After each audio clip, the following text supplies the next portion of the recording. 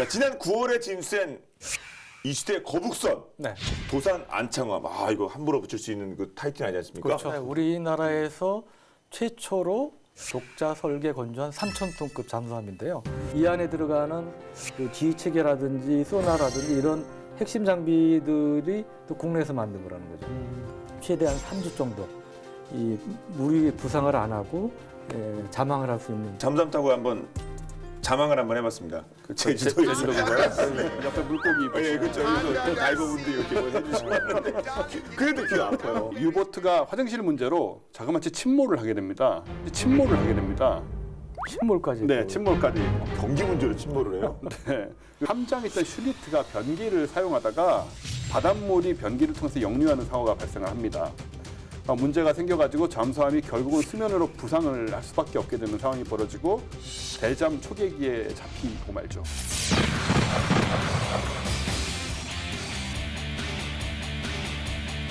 KSS-2 손원일급 잠수함에 대해서 얘기해 볼까 하는데요. 그 완화가 2니까 당연히 이제 또 업그레이드가 크게 됐겠죠. 네, 네. 원생님께서 왜 요새 교보제가 안 보이지 이렇게 눈치를 주시는 것 같아가지고 네. 제가 또 오랜만에 교보제를 준비했어요. 네. 뭐 B52급은 아니고요. 이번엔 저 주시는 건가요? 그걸 안 잊어버리고 계시네. 오, 요거는 뭐 크기는 작지만 무게가 그래도 재질이 좀 약간 있어 보이는. 있어 보이죠. 네, 네. 재질이 금속 재질. 그리고 이거 해군에서 권위 있게 만들어서 기증을 하고 있는 그러한 모형입니다. 209급에 비해서 보면 이 함교라고 그러죠. 이분 굉장히 유선형으로 굉장히 잘 다듬어져 있고. 아, 요게 요렇게 돼 있다고요? 요게 네. 요렇게 예쁘게 앞에서 보니까 빠졌다. 되게 가늘어요. 네. 네. 전망경부터 해가지고 전자장비 여기 이 삼교기 튀어나와 있는 장비들도 209급에서는 이제 업그레이드 돼 있다고 볼 수가 있고 214급의 가장 큰 강점은 뭐니 해도 AIP라고 공기 불유 장치라고 그러는데 보통 전에는 디젤 잠수함은 하루에 한 번은 그 전지 충전을 위해서 부상을 했어야 되는데 이거는 그럴 필요가 없게 된 거죠. 그래서 한 2주 정도 물속에서 자망해서 떠오를 필요가 없게 된 그게 이제 가장 큰 강점이자 이제 무기라고 볼 수가 있습니다. 이 손원일급은 총 9척인데 1번함이 손원일함이어서 손원일급이라고 불리고요. 손원일 제독은 우리가 전에도 한번 얘기했던 것 같은데 대한민국 해군의 아버지로 불리는 분이죠.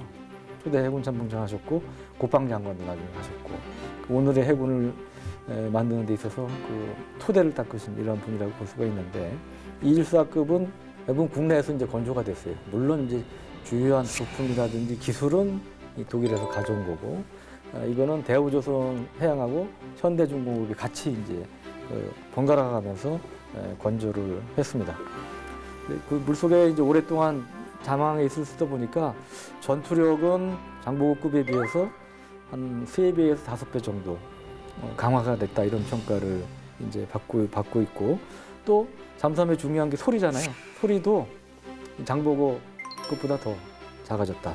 이제 그런 평가를 받기 때문에 뭐 음향 문제, 그다음에 탑재 무장 문제 이런 것들이 향상이 됐다고 볼 수가 있고 크기도 길이가 65m, 폭 6.3m로 좀 더 커졌죠.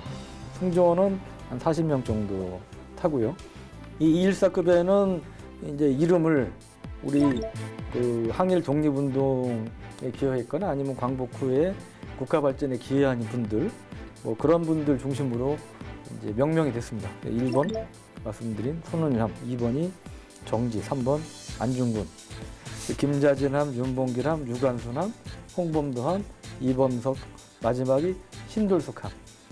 마지막 신돌석함 장군 아시죠? 의병장. 네. 와. 마지막 신돌석함이 2017년 작년에 진수가 됐습니다. 그래서 일부는 이제 실전 배치가 돼 있고 일부는 진수에서 실전 배치 전 단계에 있는 그런 상황입니다. 우리가 이게 수중에서 잠수함이 이제 무슨 에너지로 움직이나 생각을 이제 하면 디젤을 생각하기 쉬워요. 왜냐하면은 뭐 큰 배 같은 거 옛날에 항모 같은 것도 다 원자력 항모 나오기 전에 다 디젤 엔진으로 움직였는데 이 잠수함은 디젤 엔진을 쓸 수가 없습니다. 왜냐하면 디젤 엔진은 공기가 필요하거든요. 불을 붙여야 되니까. 근데 물속에 공기가 없기 때문에 디젤 엔진을 못 써요. 그래서 전기를 가지고 재래식 잠수함이라는 거다 전기로 움직이는 거거든요. 전기 모터로.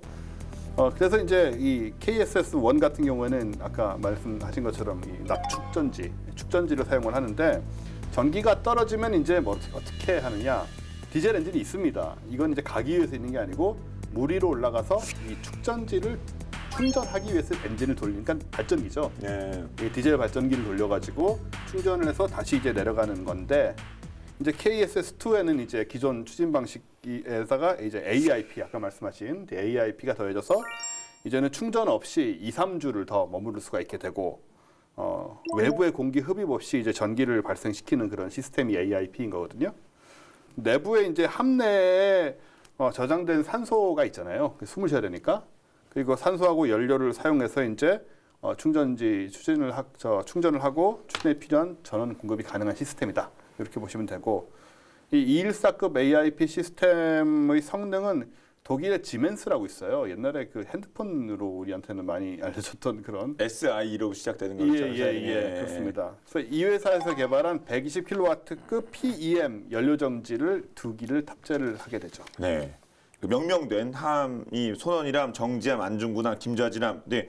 유관순함이 있어서 제가 그 지식이 짧아서 그런지 그 여성 이름의 뭐 잠수함 이런 건 제가 좀 국내에서는 처음인 것 같아요. 외국에서는 좀 들어봤던 것 같습니다만 그 맞습니까? 대표적인 게 영국의 최신의 항공모함이 퀸 엘리자베스입니다. 6만 5천 톤급 항공모함인데 100년 전쟁 중 프랑스를 구한 영웅 있죠? 잔다르크. 잔다르크. 이 잔다르크 이름을 딴 배가 있는데 그 헬기 순양함이라고 그러고 헬기 항모라고 부르는 한 13,000톤급 되는 그런 옛날에 쓰던 배가 있는데 그게 잔다르크라고 명명이 됐고요. 우리나라에서는 여성이 붙은 게 이 214급 잠수함 중에 6번함, 아까 유관순함이라고 그랬는데 유관순함이 처음일 겁니다. 유관순 열사. 예. 제가 이제 고향이 천안이어서 병천 아우나장터에서 독립운동 하셨잖아요. 3.1 만세운동 하셔가지고 맨날 어릴 때부터 유관순 누나 하고. 근데 저도 맞아요. 요즘은 어떻게 하는지 저희도 유관순 누나. 근데 지금 이제 유관순 누나를 생각합니다. 옥중에 갇혔어도 그분 아니에요. 예. 노래까지 다. 예, 독립기념관 가서 또 우리가 뵙고 그랬죠. 거기서 간접적입니다만. 예. 적어서 났습니다. 그 유관순함은 그 1사급 갖고 있는 기본적인 무장을 다 갖고 있죠. 그래서 그 기본적인 뭐 어뢰 외에 그 대함 미사일, 잠대함 미사일, 그다음에 잠대지 크루즈 미사일 최대 사거리 한 1,000km 된다고 그랬죠. 이게 뭐 천령 또는 뭐 해상 수리라고 그러는데 또 정밀 사격할 수 있는 거고 기뢰도 있고요. 또 여기에 이제 그 사격 통제 장비라든지 컴퓨터가 있어요. 컴퓨터에서는 한 300개 정도의 표적을 동시에 처리를 할 수가 있다고 그러고 물 밑에서는 2주 가량 떠오르지 않고 작전을 할 수가 있다고 합니다. 그리고 항속거리가 한 22,000km 되는데 22,000km면 태평양을 건너갈 수 있는 그 정도 충분히 거리 수준이 되지 않습니까? 지구의 절반, 지구 둘레가 4만 킬로가 조금 넘으니까요. 네. 그러니까 뭐 태평양 충분히 건너갈 수 있는, 항해할 수 있는. 네. 지구에서 달까지. 지구의 둘레 정도는 기본적으로 우리 원쌤. 그 외에 이제 여기 튀어나오는 것들이 뭐 잠망경이라든지 되게 많아요. 그다음에 레이더. 레이더도 있고 여기 이게 이제 맨 마지막 그 스노클일 겁니다. 그 공기 스노클링 때 그 그거였죠. 예, 충전할 때 물 위에 이제 부상해서 그 이걸 내놓고 이제 충전하는 이제 그런 각종 장비들을 갖추고 있죠. 네. 그 영화 보시다 보면 잠수함 영화 보면 꼭 이렇게 조용히 듣고 있다가 갑자기 그 큰 소리에 막 놀래가지고 막 헤드폰 빼버리고 뭐 이런 장면들 나오는 경우 있잖아요. 음탐사라고 하는데 음파 탐지사의 약자죠. 음향사가 떠올라서 음탐사. 예, 전혀 무관하고요. 그래서 우리 해군에서도 당연히 소나를 운영하고 그래서 수중 소음을 식별해서 분석하는 이 음탐사가 700명이나 있어요. 그러니까 이분들이 뭐 지원 함정을 제외한 함정과 육상 부대에서 또 근무를 하고 있고 소나 체계는 우리 뭐 소나 얘기만 몇 번 했던 것 같은데요. 기본적으로 복습의 의미로 말씀을 드리면 수중에서 음향 정보를 수신을 하거나 이건 이제 소위 말하는 패시브죠. 수동적으로 이제 나는 소리를 듣는 것이고 아니면 음파를 쏴서 좀 적극적으로 이게 액티브 음파를 쏴가지고 이제 위치를 파악하는 그 둘 다 소나라고 부르는데 잠수함의 귀에 해당하지만 잠수함은 사실은 뭘 다른 거를 찾아내는 방법은 소리밖에 없기 때문에 잠수함에 뭐 귀이자 눈이자 뭐 코이자 다라고 보시면 되고요. 잠수함이 또 적을 찾는 것도 있지만 깊은 바다에서 방향을 잡을 수 있는데도 이걸 이제 굉장히 중요한 장비죠. 왜냐하면은 안 보이니까 이제 박쥐 있잖아요, 박쥐.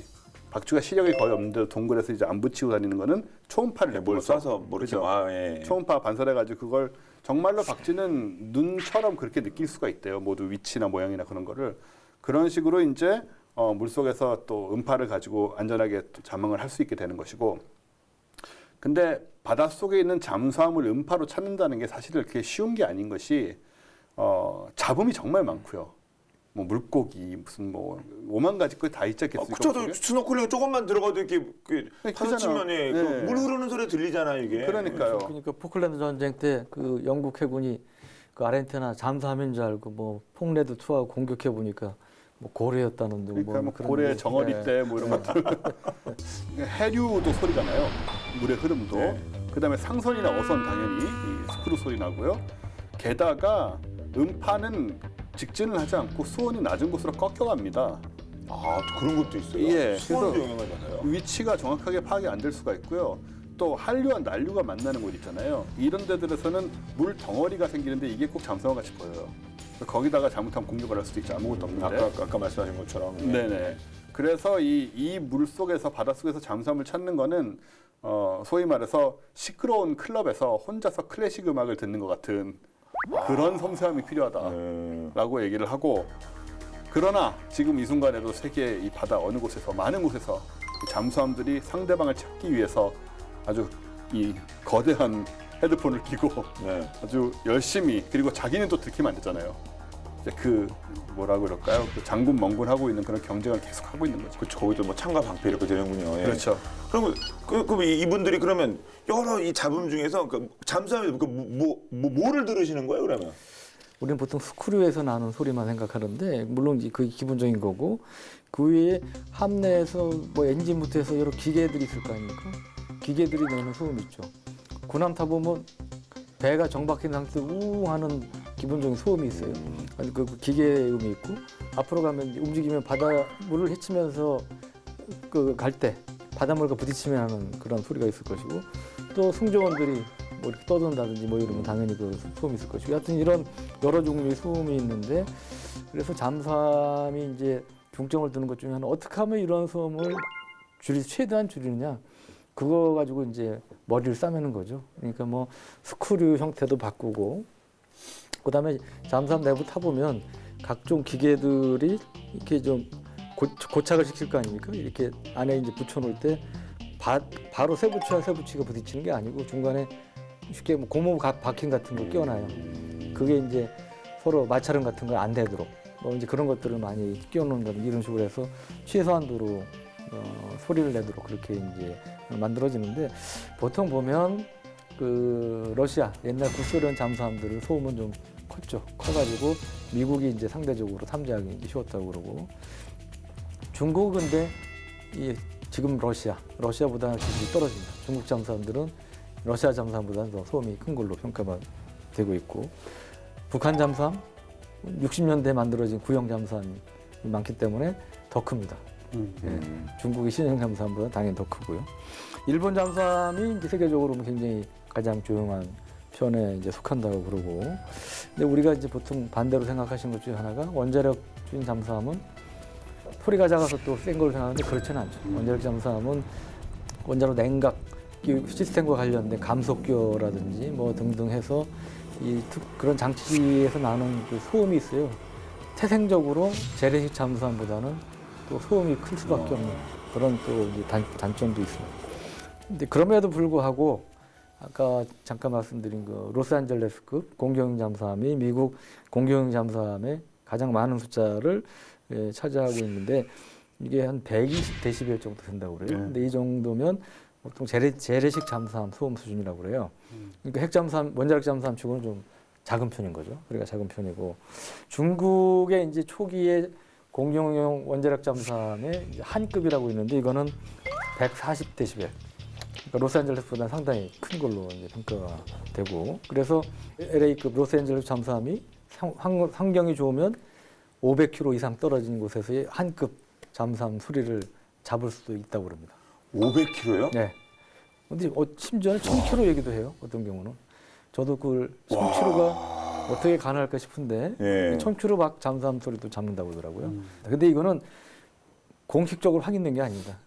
이 잠수함 소음은 극비상이에요. 그러니까 이제 추정치, 이제 여러 가지 뭐 언론 보도라든지 그 스펙이 전문가의 공개되지 않을 텐데 분석, 그러네요. 예, 그런 추정치이기 때문에 뭐 제가 말씀드린 게 100% 권위 있는 100% 정확하다고 말씀드렸지만 하여튼 그런 식으로 알려져 있다는 거 말씀을 드리고 그리고 이게 참 흥미로운 게 이 프로펠러 이 잠수함 스크류라고 스크류 소리가 다 똑같을 것 같지만 다 다르다는 거예요. 예를 들어 델타급이다. 델타급이 뭐 한 10척 있다. 10척이 같은 클래스의 잠수함은 똑같냐? 그것도 다 다르다는 거죠. 1번함부터 10번함. 우리도 마찬가지. 손원일부터 신돌수함까지 소리가 다 다르다. 그러니까 사람을 얘기하면 지문처럼 이게 이제 그런 지문처럼 확인할 수 있는 역할이 되기 때문에 냉전 시절은 더했고 지금도 이 상대방 가상 적국의 잠수함마다 그 소리를 녹음하려고 기록하려고 다들 이제 어떻게 보면 혈안이 돼 있습니다. 그 정보 수집 경쟁이 엄청납니다. 치열해요. 그걸 알면 딱 듣는 순간에 그냥 바로 딱 뜨겠네요. 그냥 그러니까 이거는 얼굴 뭐 수배자 얼굴 뜨는 것처럼 바로 뜨겠네요. 이거는 그러니까 뭐 선원일급에 몇 번 하면 어느 잠수함이다. 예. 이게 이제 데이터베이스가 있으니까 있으면 확인이 되니까 여담으로 하나만 더 드리자면 어느 정도냐면 냉전 시절에는 미국 잠수함이 우리 블라디보스톡 있죠. 네. 블라디보스톡이 대표적인 또 군항이잖아요. 태평양 함대 사령부가 있고. 근데 그 근처에 이제 잠수함 기지 있는데 잠수함 기지 소련 잠수함 기지 앞에까지 이 LA급 잠수함 같은 게 갔다는 거예요. 가가지고 녹음하려고요? 예, 그 스크류 소리 녹음하고, 예, 그 밑에 케이블이 있는데 거기에 도청기 달아가지고 소련에서 어떤 얘기 하는지 듣기도 하고. 이거 해주세요. 그게 굉장히 그 유명한 작품 블라인즈 맨즈 블로퍼라는 책에 그게 이제 소개가 되고 그래서 많이 알려졌는데, 그러니까 이게 어느 정도로 미국이 적극적이었냐면 너무 가까이 붙어가지고 잠수함하고 소련 잠수함하고 부딪힐 적도 있어요. 소련 잠수함. 근데 그 0이었던 거야. 그 무조건 속된 말로 걸리면 안 되잖아요. 전쟁이잖아요. 그러니까 네. 일단 그냥 정신없이 내뺀 경우도 있고 미국이 그런 거지. 그러니까 이게 잠수함 소리가 그만큼 중요하다. 예, 그 스파이 파견도 아니라 잠수함을 거기 가서 예. 케이블이 막 이거 꽂아갖고 들을 정도로 와, 녹음도 하고. 예. 긁어놓고 연락처 안 나오고. 접촉도 안 돼, 하고. 붙여라가 안 되죠. US 네이비 뭐 이러면 안 되는 거 아니에요?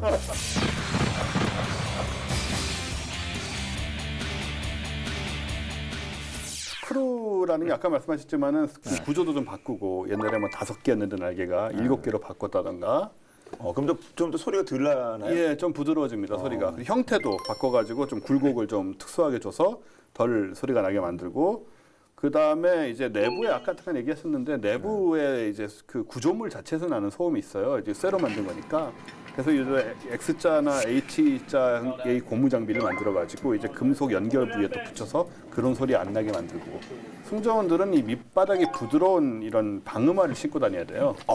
군화는 안 되겠구나. 절대 안 소리가 되죠. 많이 나니까. 예. 그렇군요. 연필만 떨어뜨려도 소리가 더 들린다고 그러거든요. 노래를 부른다거나 괜히 뭐 샤워하면서 노래 부르는 사람도 있잖아요. 화장실 가서. 발을 기대나. 그리고 손으로 이렇게 수기로 의사소통을 해야 될 때도 있고 예. 위험한 지역에서는. 근데 역시 계속 말씀하신 것처럼 잠수함에서 가장 시끄러운 거는 저 스크루죠. 프로펠러. 그렇겠죠. 근데 약간 이제 비행기랑 다른 점은 비행기의 프로펠러는 굉장히 빨리 돌잖아요. 근데 잠수함이나 배의 스크루는 그렇게까지 빨리 돌지는 않습니다. 그런 식으로 빨리 돌아가지고 뭐는 오히려 이 여러 가지 문제가 생겨서 이제 천천히 좀 큰 걸 사용을 해서 천천히 해서 이게 밀어내는 그런 방식이라 비행기처럼 다다다다다닥 이런 소리가 나는 건 아니에요. 그럼 왜 소리가 나냐면 이게 이제 공동 현상이라는 물리적인 상황이 벌어집니다. 그래서 좀 설명을 좀 해드려야 돼요. 이거는. 얘는 제가 가져가도록 하고요. 비행기 얘기 들을 때 베르누이 법칙이라고 아마 얘기 들었을 거예요. 이게 추력이고 이게 항력이고 기억나시나요? 이게 양력이고 네. 이게 중력이다. 이 네 개의 힘이 균형을 이루어야 날 수가 있다. 요 지역에 요쪽에 공기 압력이 대기압이 낮아진다는 게 베르누이 법칙이라고 대충 보시면 돼요. 이게 야구에서의 커브라던가 축구에서의 바나나킥에도 다 적용되는 원리예요. 회전을 주면 회전에 갑자기 상당히 중요한 원리 같아지는데. 예, 지금까지 뭐 이거 별로 그랬었는데 이거 상당히 중요한 원리네. 우리 축구 야구 다 좋아하시니까. 예. 회전을 먹는 쪽으로 이렇게 떨어지잖아요. 예. 그럼 이제 이쪽에 압력이 줄기 때문에 떨어지는 거거든요. 근데 그걸 아무튼 베르누이 현상에 의해서 여기가 압력이 이제 줄어들게 됐는데 이건 이제 지금 공기 속에서 얘기잖아요. 근데 물 속에서 똑같은 현상이 벌어집니다. 스크루가 이렇게 돌게 되면 이제 이쪽으로 이제 밀어내서 잠수함이 이렇게 갈 거 아니에요. 스크루가 돌게 되면 이 뒤쪽에 스크루가 밀어내는 쪽 말고 이 안쪽으로 물의 압력이 수압이 낮아지게 돼요. 얼마나 낮아지게 되냐면 엄청나게 낮아지는데 어느 정도냐면 여기 물이 끓어요. 왜 이런 일이 벌어지느냐? 산에 올라가면 산에서 밥 지으면 밥 잘 안 되죠. 그래서 설리고 막 그렇잖아요. 라면 끓여도 그렇고. 예, 뭐 어떻게 해서 돌 얹어놓고 그러지 않습니까? 예. 예. 그게 기압이 낮아지면 끓는 점이 낮아지는 거거든요. 그래서 에베레스트 꼭대기 8,848m 높이 올라가시면 70도 C의 물이 끓어요. 예. 그래요? 이 정도에 끓어요. 이건 차 마실 때 백에서 좀 식힌 다음에 이렇게 하는데. 그렇잖아요. 예. 70도면 70도 물이 끓어요. 일반적이네요. 그러니까 여기 회전을 하면서 이쪽에 내부에 압력을 너무 많이 없애버려가지고 여기에 있는 바닷물 뭐 수온이 뭐 20도, 10도 되지 않겠어요? 그게 조금씩 끓어버려서 수증기가 됩니다. 그 정도가 되는군요. 예, 그 얘기는 뭐냐면 이게 그만큼 센 거죠, 얘가 스크루가. 그 수증기가 공기방울이 돼서 이 물 속에서 터져요. 그래서 다다다다다다 소리를 내게 돼요. 그 소리가 들리는 거예요. 진짜 경운기 소리가 나게 돼요. 예, 이게 굉장히 이런 아주 그리고 딴 데선 들을 수 없는 이런 소리가 바다에 딴 데서 안 날 거 아니에요. 그죠? 이제 요 소리를 안 나게 스크루를 만들려고 지금 뭐 과학자들이 스텔스 잠수함을 연구를 하고 있는 것이고 한편으로 요걸 이제 응용한 기술은 또 뭐냐면 러시아에 아마 지난번에 얘기했을 것 같은데요. 러시아에서 이제 이 공기방울을 이용해서 초고속 어뢰를 만들었죠. 요거는 보통 어뢰는 보시면 영화에서 보시면은 오는 게 눈에 보이잖아요, 그냥. 예, 막 물 가려면 피하고 막 그러잖아요. 어뢰는 물 속에서 움직이기 때문에 느릴 수밖에 없는 건데 물의 마찰 때문에 이 공동 현상을 이용해서 전체적으로 어뢰를 둘러쌀 수가 있어요. 그럼 이제 공기 거품 안에 들어가 있기 때문에 물과 직접 어뢰가 닿지 않아서 마찰을 줄일 수가 있고 그 결과 이 슈크발이라는 초고속 어뢰가 등장을 했는데 얘는 속도가 물속에서 속도가 300노트, 시속 550km. 헬기보다 빠른 거예요. 이 초운동 어뢰는 참고로 이란도 만들었고요. 우리도 개발하고 있습니다. 자, 이렇게 우리의 새로운 정말 자랑거리 잠수함에 대해서 얘기하고 있는데요. 네, 실제 역사적으로 쿠바 미사일 사건으로 대립 중이던 1960년 10월 소련제 B-59 잠수함이 핵탄두를 발사할 뻔한 잠수함 핵탄두를 발사하지 않았는데 그렇죠? 우리가 여기 난리 났죠. 발사할 뻔한 일촉즉발의 위기 상황이 있었다고 합니다. 그 상황이 어떨지 저희가 이번 시간 본방야사에서 준비했습니다. 함께 보시죠.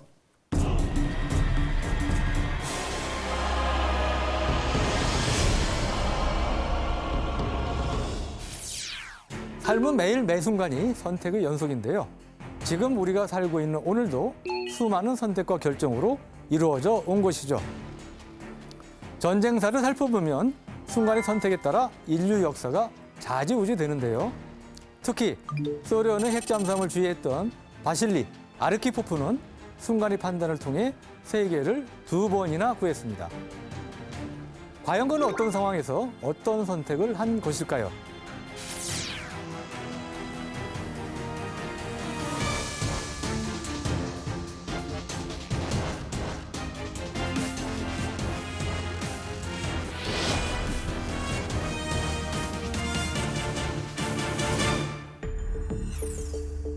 미국과 소련의 냉전이 한창이었던 1961년 소련은 소련 최초의 핵추진 탄도미사일 잠수함 K-19를 완성하게 됩니다.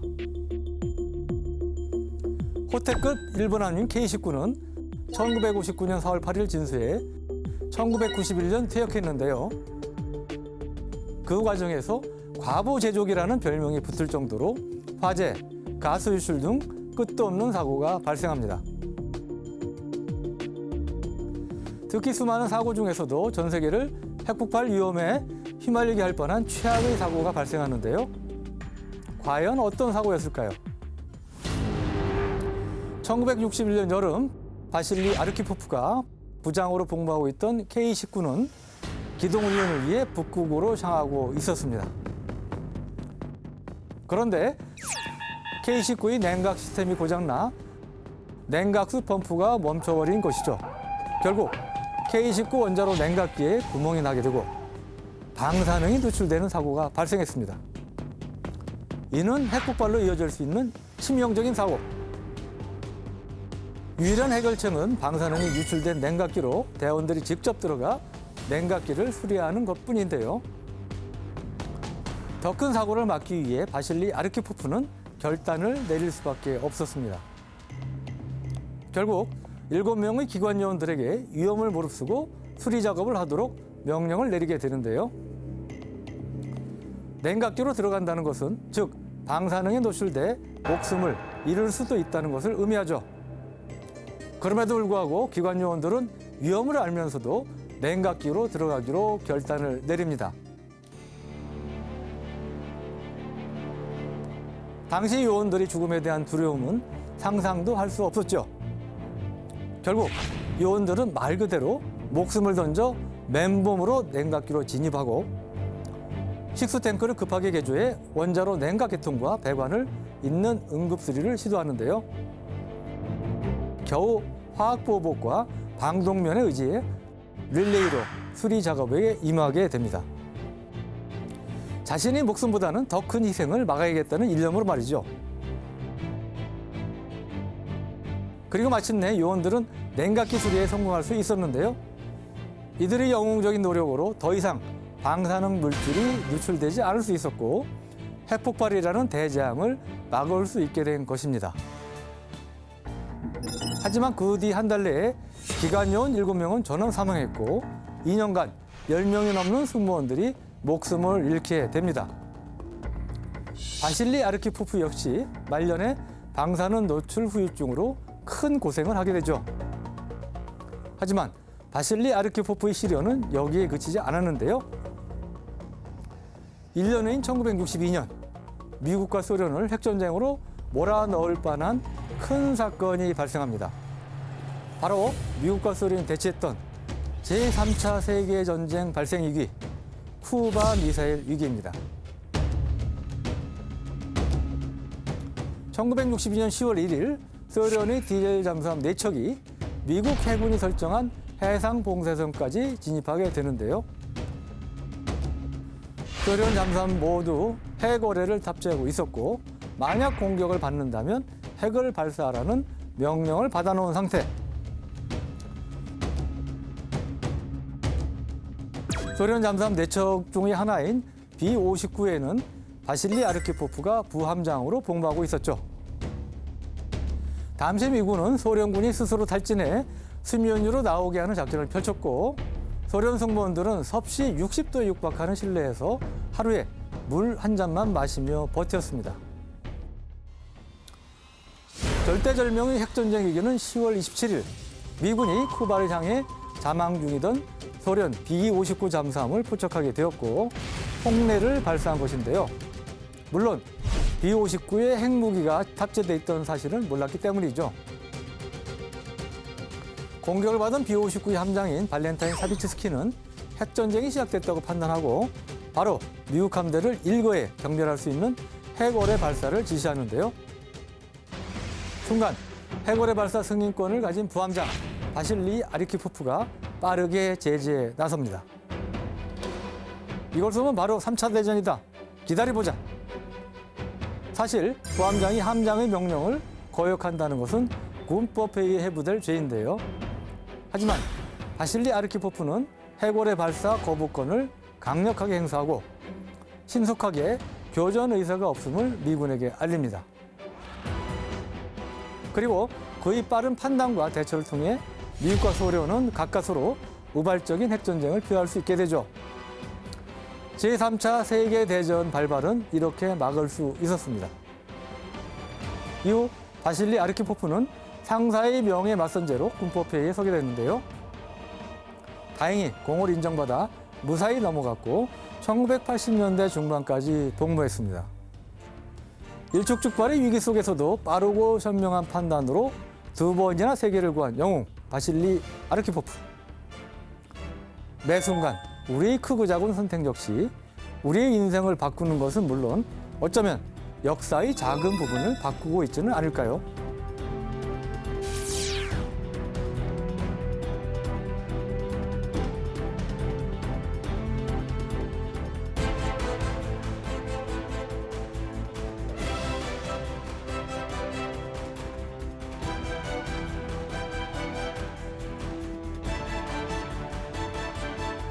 네, 영화 뭐 잘 알려졌죠. 뭐 크림슨 타이드, 뭐 K19 위도우 메이커가 바로 이 바실리 아르히포프의 일화를 소재로 한 거였습니다. 아무튼 핵전쟁을 막긴 막은 거예요. 네.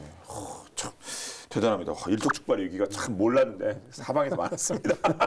진짜 사방에서 많았어요. 근데 잘 넘겼습니다. 우리 인류가 잘 넘겼습니다, 진짜. 네. 모르고 넘어간 게 다행이죠. 편하죠. 더 있을 거예요. 아마 더 있을 거예요. 그렇겠죠? 그렇겠죠? 예.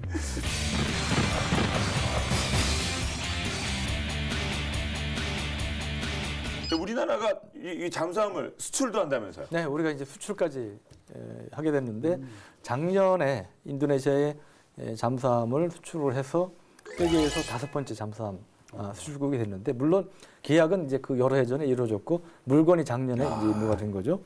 이 잠수함 이름이 나가파사라고 있는 잠수함인데 이 잠수함이 1,400톤급이에요. 그러니까 우리가 아까 장보고급이 1,200톤이라고 그랬잖아요. 그거보다 약간 큰데 뭐 원형은 출발점은 209급 잠수함입니다. 근데 우리가 209 잠수함 건조한 기술을 활용을 해서 그거를 업그레이드한 잠수함을 이제 인도네시아에 최초로 수출한 거고 그래서 거의 이제 대우조선해양이 뭐 독자 상품 비슷하게 만들어서 수출을 하게 된 거고 길이는 한 61m 정도 되고 승조원 40명이 탑승을 합니다. 그리고 항속거리가 한 1만 해리, 그러니까 한 18,500km 정도 상당히 긴 거리를 갖추고 있고 항속거리를 갖고 있고 그리고 이 잠수함은 그 대우조선해양에서 거의 독자 개발한 것과 마찬가지라고 말씀을 드린 게 209급을 모델로 했지만 그 함형을 키워가지고 여러 가지 뭐 내부에 들어가는 장비라든지 이런 것들은 또 인도네시아 요구하는 것에 맞춰서 또 개량한 게 많아요. 그래서 이제 그런 면에서 그 의미가 있는 거고 또 이게 정말 의미가 있는 게 하나 있는데 뭐냐면 우리가 독일에서 사실 다 잠수함 갖고 와서 만든 거잖아요. 209급도 그렇고 214급도 그렇고. 근데 인도네시아 잠수함 사업에 우리만 그 입찰한 게 아니고 독일도 입찰했어요. 독일도. 우리 입장에서는 뭡니까? 영화에 나오는 선배 뭐 선생님 영화에 나오는 사브 아닙니까? 사브 그죠? 사브. 예. 사브하고 경쟁을 해서 사브를 이긴 거예요. 네. 그러니까 그러면 굉장히 어떻게 보면 충격적인 독일은 그때 상당히 충격을 받았다고. 청출을 함. 뿌듯한 게 아니라 충격이었네요. 이거 비즈니스니까 그러네요. 독일이 야 내가 너무 많이 가르쳐줬고 잘못 키웠다. 호랑이를 키웠다. 내가 정말 호랑이를 키웠구나 이제 그러시면서 이제 후회했다고 그러는데 그 2012년에 이제 독일을 물리치고 그때 이제 결정이 됐던 건데 독일은 물론이고 유럽 전체가 또 술렁했다고 그럽니다. 나가파사는 이 어뢰 발사관이 8개예요. 그러니까 아까 도산 안창호 6개보다는 좀 많은데 그 당시에 3척을 계약을 했는데 총 11억 달러 하나로 1조 3천억이어서 우리 방산 수출 사상 최대 규모였고요. 근데 이 3척을 다 우리나라에서 건조하는 건 아니고 한 척만 건조해서 갖다 주고 나머지는 우리가 만든 핵심 부품 뭐 이런 걸 갖다가 이제 인도네시아에서 건조하는 걸로 그렇게 이제 추진을 지금 하고 있습니다. 네. 그러니까 두 차례 잠수함 사업을 통해서 독일의 재래식 디젤 잠수함 기술을 이전 받아서 이제는 핵심 부품 우리가 설계를 하고 제조 건조까지 해서 수출도 해서 그리고 또 3,000톤까지 또 진수도 하고 도산 안창호함이 향후 원자력 잠수함으로 가는 뭐 시발점이라는 관측도 있는데 일단 그러면 원잠 그 특장점부터 한번 정리해 주시겠어요? 네, 아까 이제 그 원잠의 장점 중에 하나가 유사시에 내뺄 때. 최대 속력으로 최대 속력은 디젤 잠수함은 정말 얼마 못 가요. 1시간이면. 1시간. 예. 근데 이거는 이론상으로 하여튼 며칠이고 갈 수 있으니까 이제 그런 점에서 이제 강점이 있고 공격력 면에서도 일단 크기가 재래식 잠수함에 비해서 원잠들은 큽니다. 보통 한 6,000톤급 이상의 배수량을 갖고 있기 때문에 크다는 건 뭐겠어요? 그만큼 거기에 많은 무기들을 탑재할 수 있다는 또 이게 되잖아요. 그러니까 어떠한 그 펀치력 면에서도 원잠이 우세하고 중요한 건 이제 물속에서의 자막 능력은 원자력 잠수함은 이론상으로는 물속에 뭐 3개월이고 얼마든지 있을 수 있죠. 근데 인간이 못 견디기 때문에 이제 그 전에 물 위로 올라오는 거지. 뭐 그 능력만 따지면 재래식 잠수함에서 훨씬 그 길다. 재래식 잠수함은 209급 이하, 보통 재래식은 하루에 한 번은 물 위에 떠야 되는 거고. AIP를 가진 공기부도자 시스템을 갖춘 거는 2주 정도는 있지만 그것도 그 뒤에는 떠야 된단 말이죠. 그러니까 그런 면에서 강점이 있다고 볼 수가 있죠. 그런 점에서 장점이 있으니까 세계에서 많은 나라가 갖고 싶어 하지만 또 역량이 안 되니까 지금 6개 나라만 보유하고 있는데 이 원자력 잠수함 역사를 보면 1954년에 세계 최초의 원잠은 미국에서 건조했습니다. 노틸러스 함이 이제 건조가 돼서 2번의 연료 제고분만으로 30만 킬로를 항해를 해서 이 디젤 잠수함과 비교가 되지 않는 능력을 보여줬고 그때 또 이제 북극점도 처음으로 물밑으로 해가지고 항해하는 데 성공을 했죠. 그래서 이제 그때 이제 그 함장이 미국에서 영웅 대접을 받고 막 금이 환영을 하고 이제 그런 에서 이제 출발이 됐고 근데 미국이 이제 원잠을 시작한 뒤에 미국은 재래식 잠수함보다는 원자력 잠수함에 집중을 합니다. 그 뒤에. 그래서 1955년부터 70년까지 105척을 건조했는데 그중에 102척, 3척 빼고는 다 원자력 잠수함이었고 지금도 미국이 이제 73척이 원자력 잠수함을 갖고 있는데 다 원잠이에요. 미국은 재래식 잠수함이 한 척도 없습니다. 그리고 영국, 프랑스, 중국, 그리고 최근에 인도까지 이제 원자력 잠수함 보유 대열에 들어섰고요. 영국은 이제 포클랜드 전쟁에서 원자력 잠수함 컨커러함이라고 있는데 이게 그 아르헨티나의 순양함을 공격해서 격침을 시켰습니다. 그래서 그때 뭐 상당히 많은 아르헨티나 승조원들이 이제 사망을 했었는데 이제 그런 실전에서 이제 유력을 발휘한 경우도 있고요. 그 외에 이제 중국은 이제 핵 추진과 그 재래식을 합쳐서 65척. 러시아는 또 마찬가지 핵 추진 디젤은 뭐 킬로급 등 몇 가지가 있는데 합쳐서 69척을 갖고 있고 이온 나라 일본은 핵 추진 잠수함은 없어요. 이제 디젤 전지 추진 잠수함 22척을 갖고 있습니다. 그 말씀 들어보니까 참 원자력 이 잠수함이 좋은 것 같긴 한데 네. 뭐 좋다고 뭐 다 가져야 되는 거 아니겠습니다만 그러면 이제 우리나라 핵은 현재 없지 않습니까? 이 원자력 잠수함 건조에 대해서 내가 예민하신 질문인지 모르겠지만 어떻게 생각하십니까? 네. 사실 우리가 전에도 한번 얘기했었는데 현 정부 들어서 원자력 잠수함 필요성을 몇 번 높으신 분들께서 말씀하셨잖아요. 근데 요즘은 그 얘기가 이제 별로 안 나오지 않습니까? 근데 이제 이런 것들이 이제 남북 대화 뭐 이런 거하고도 연관 지을 수 있는데 사실은 이 원자력 잠수함이 꼭 북한의 SLBM 잠수함이라든지 잠수함 위험만을 겨냥해서 우리가 추진하려고 그랬던 게 아닙니다. 이 중국이라든지 일본 주변 강국이 그 해군력 증강에 굉장히 신경을 쓰잖아요. 중국 항공모함에 이 탄도미사일 탑재 원자력 잠수함, 공정력 원자력 잠수함 신형을 속속 만들고 있고 일본은 원잠은 없지만 아주 세계에서 가장 조용한 그 재래식 잠수함을 갖고 있고 크기도 큽니다. 4,000톤 이상 되는 이 잠수함을 갖고 있는데 그리고 우리가 또 해양 수송로라고 그러죠. 원유라든지 이런 거를 아랍에서 바다를 통해 수입을 하잖아요.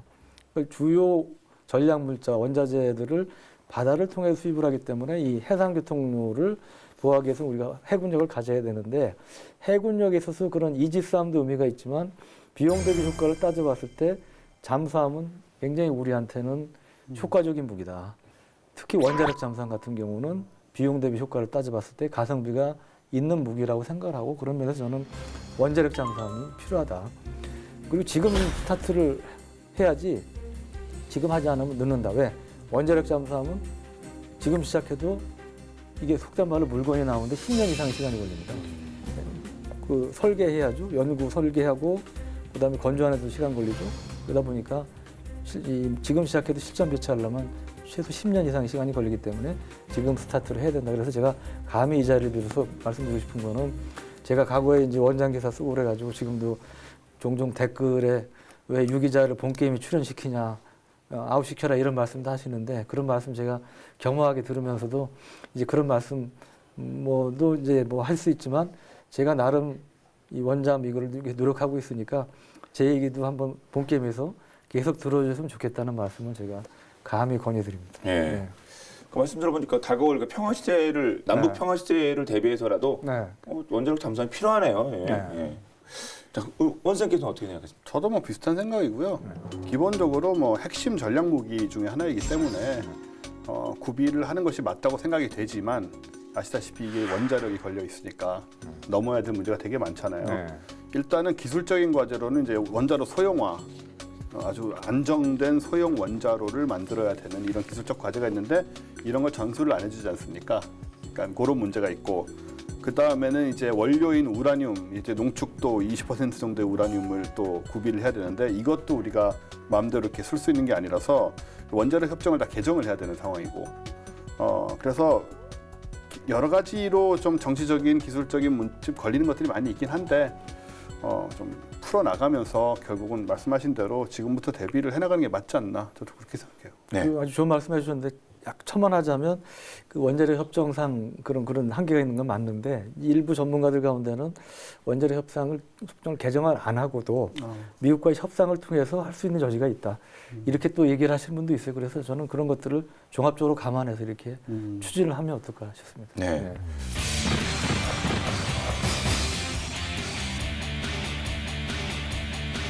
네, 그러면 현재 우리나라 잠수함 전력 핵은 없습니다만 지금 어느 정도라고 보면 되겠습니까? 우리 잠수함이 2099급 9척이 있고요.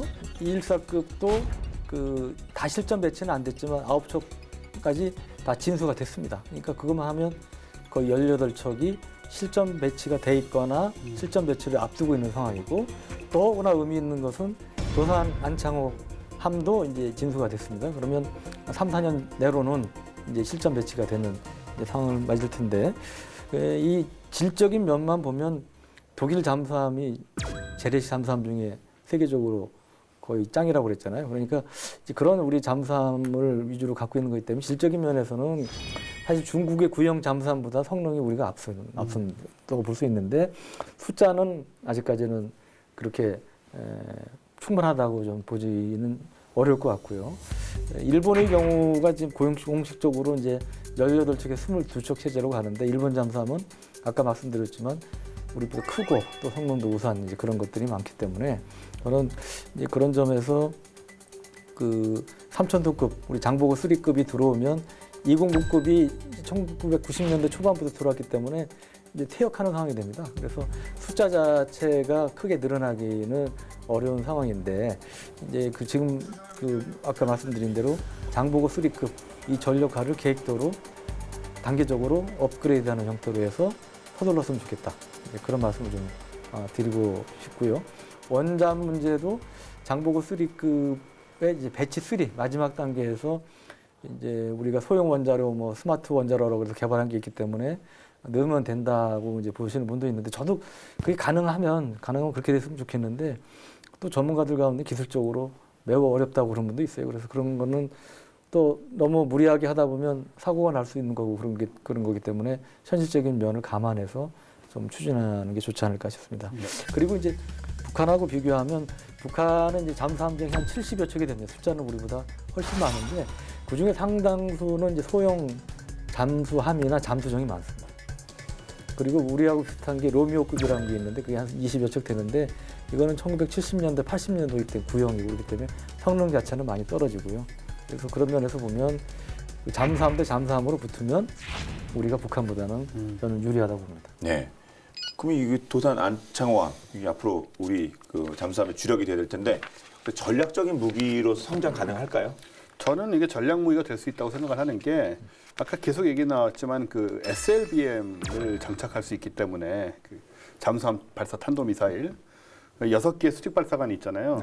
그 SLBM, 그러니까 탄도미사일이라고 한다는 것은 벌써 이제 물론 사거리는 500km로서 그렇게 멀진 않지만 이게 그냥 이제 암속 비행을 하는 순항 미사일이나 이런 것과 달리 이제 탄도 비행을 해가지고 매우 빠른 속도로 초고속으로 낙하하는 게 특징이잖아요. 우리 전에 방송에서 했지만 그래서 타격도 빠르고 방어도 어렵고 그래서 이건 전략 무기라고 생각을 해야 된다고 보고요.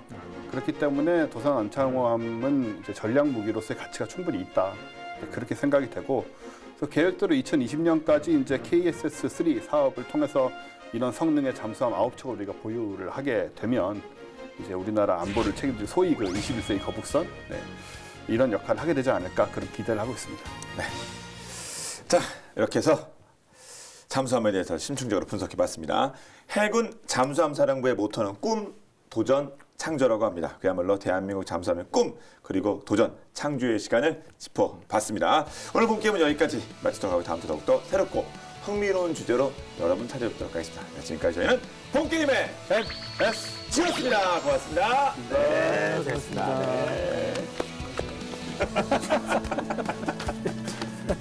이게 프라모델 중에서도요. 이 잠수함은 별로 없어요. 제대로 된 게. 잠수함은 다 이렇게 뒤에 고무 동력으로 이렇게 당겨가지고 고무 밴드 넣어서 기억나실지 모르겠어요. 아 옛날에 막 욕조에서 어깨 동무 사면 그 번쩍 부르고 주고 그런 거 했었죠, 맞죠? 그러니까 이런 디테일 하나도 없고 욕조에 넣어가지고 요만큼 가는 거예요.